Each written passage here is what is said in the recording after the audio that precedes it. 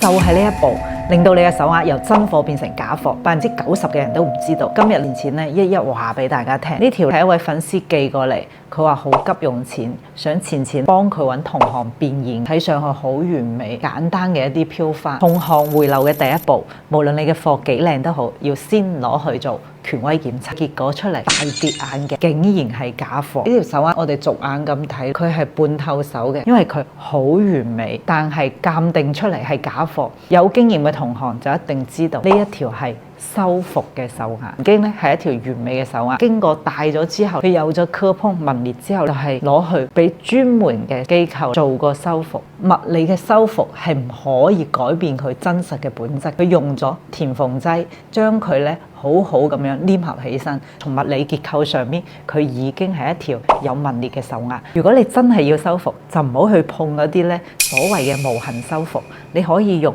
鑲金嘅方式或者描金嘅方法喺上邊做一啲點綴，至少可以保證你呢個貨咧一定係真貨。錢呢度再次提醒大家，如果你去請不明來歷嘅翡翠，你一定要打醒12分精神。呢位粉絲嘅無痕修復嘅例子咧就分享到呢度，希望大家唔好再踩呢啲坑啦。關注錢買翡翠唔踩坑。